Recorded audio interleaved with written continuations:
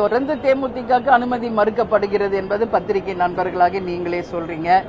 அதனால என்னன்னு தெரியல, மேபி அவங்களோட கூட்டணியில இல்லையா, இல்ல கேப்டனுக்கு ஒரு மிகப்பெரிய தொண்டர்கள் குவிந்து விடுவார்கள் என்ற அச்சமா, என்னன்னு எனக்கும் புரியல. நிச்சயம் சட்டம் ஒழுங்கு பிரச்சனை வராது என்பது எல்லாருக்கும் தெரியும்.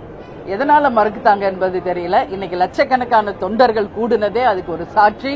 எனவே அரசு அனுமதி மறுத்தாலும் இன்னைக்கு லட்சக்கணக்கான தொண்டர்களுடைய ஆதரவோடு இந்த அமைதி பேரணி கேப்டனுக்கு 1ஆம் ஆண்டு புகழாஞ்சி குரு பூஜை சிறப்பாக நடந்திருக்கிறது. அதனால கலந்து கொண்ட எல்லாருக்குமே நாங்கள் நன்றிகளை தெரிவித்துக் கொள்கிறோம்.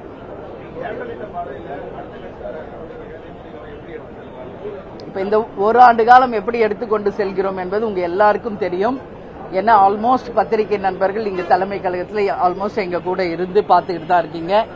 இனி வருங்காலங்களும் நிச்சயமாக அன்னதானமும் தொண்டர்களை சந்திப்பதும் கழக வளர்ச்சியும் அடுத்த கட்ட தேர்தலை சந்திப்பதற்கும் தேமுதிக தயாராக இருக்கிறது. இனி ஒவ்வொன்றாக புது வருடம் தொடங்கினவுடன் எல்லா வகையிலும் தேமுதிக வீறு நடை போடும் என்பதை இந்த நேரத்தில் உங்களுக்கு தெரிவித்துக் கொள்கிறேன்.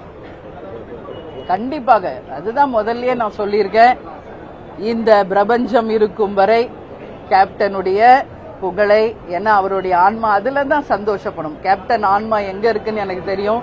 கேப்டன் எதை பார்த்து சந்தோஷப்படுவார் என்பது தெரியும். அந்த அன்னதானத்துல தான் கேப்டனுடைய ஒட்டுமொத்த மகிழ்ச்சியும் இருக்குது. இன்னைக்கு கூட கருடர் வந்து எத்தனை முறை இங்க வலம் வந்தார், எத்தனை முறை ஆசீர்வாதம் பண்ணார் என்பதை நீங்களும் பாத்தீங்க.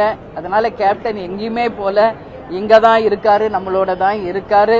அதனால நிச்சயமாக கேப்டனுடைய கனவு, லட்சியம், கொள்கை, அவருடைய அன்னதானத்தை என்னைக்கும் நாங்கள் தொடருவோம் என்பதையும் இந்த நேரத்தில் நான் சொல்றேன்.